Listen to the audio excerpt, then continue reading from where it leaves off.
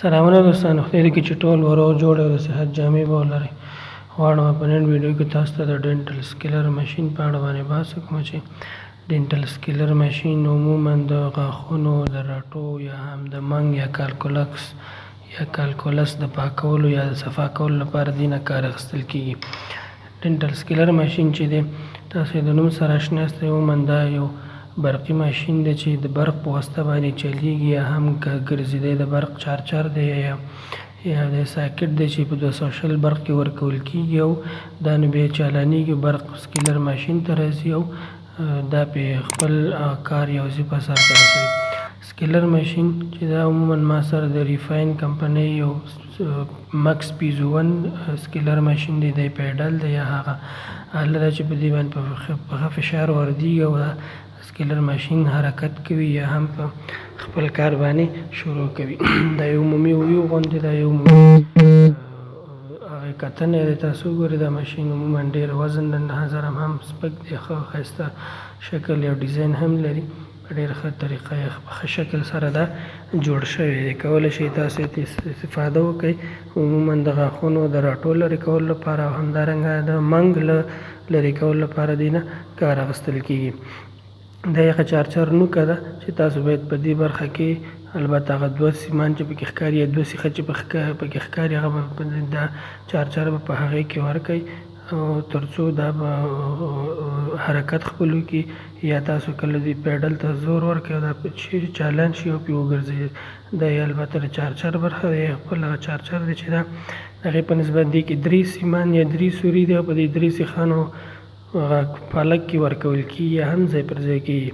نو دې ته چې کله تاسو دا برق کې ورکئ ساکټ کې دا دې ته 220 برېښنا له امله دا چالانېږي او خپله وظیفه سرته رسوي. دا یې بټن ده، د آن آف بټن ده به تاسو ووهئ تر څو دا وګورئ ښه دا د آن بټن ده پورته طرف ته دا چالانېږي یا هم برق ورته راځي. دا یې د اوبو د زیاتولو او کمولو هغه موج غوندې چې په دې سره اوبه زیاتېږي او کمیږي. دا لاندې دا د اوبو پیپ دی چې نټ خلاص کړئ، دا نټ به هغه پیپ کې ور داخل کړئ، بیا به پیپ په دې نوکه کې دغه کې ور چوخ کړئ، بیا به د هغې د پاسه دا نټ ور ټیټ کړئ تر څو دغه په دې کې ښه کلک ونښلي او په اسانۍ سره دې نه خطا نشته. د سپیډ د زیاتولو بټن څومره چې پورته ځي هغومره د دې سپیډ زیاتېږي. د دې سکیلر هغومره زر کار کوي یا تیز کار کوي یا خپله وظیفه سرته ورسوي. عموما د استعمال لپاره چې کله تاسو استعمالوئ لومړی به ساکټ برق کې ورکړئ او پیډل چې کوم دی په هغې باندې به خپه به کېږدئ تر څو دا چالان چې کله چالان شو د غاښ سر دی په دغه شکل سره به استعمالوئ. د سکیلر او د قلم په شکل به یې ونیسئ دغسې په دې 3 ګوتو کې او په ورو ورو به تر هغې پورې چې د غاښ سرحنې پاکه شوي دا حرکت انجام کوئ تر څو د غاښ نه رټه یا منګ دا صفا شي یا هم لرې شي. د لاندې ژامې لپاره داخل کوم طرف چې دی یا ژبې طرف ته هم په دې شکل سره وګورئ په قرار آرام به استعمالوئ تر څو نو ورۍ درنه خوږې شي او نو غاښ زیات تخریب شي. غاښ به دې سره نه تخریبېږي ځکه دا عموما لرزشي خاصیت لري. په دې باید اوبه چالانې وي. اوبه چې چالان نه وي دا ډېر حرارت سره امکان لري چې بلپایټس پکې رامنځته شي.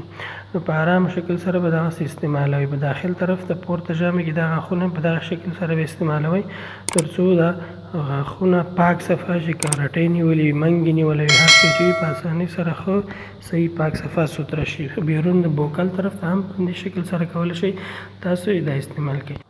عموما د نوکې بدلولو لپاره دغه آله خپل لري یا کلي ده. دا به دې نوکه کې ور داخله کړي، د یوې طرف ته ټیټېږي خو د چپ طرف ته دا خلاصېږي یا ایله کېږي چې بله نوکه هم په کار او دا نوکه به لرې کړئ او بله هره نوکه چې ستاسو په کار په دغه پاکټ کې د خپل نوکې دا نوکه به راولئ او په دې کې به یې ټیټ کړئ تر څو د دې نوکې نه هم استفاده وکړئ. نو هره نوکه چې ستاسو په کار وه هغلته 5 نوکې دي هماغه راولئ، دې کې اولنۍ نوکه ترې خلاصه کړئ او بله ور ټیټه کړئ.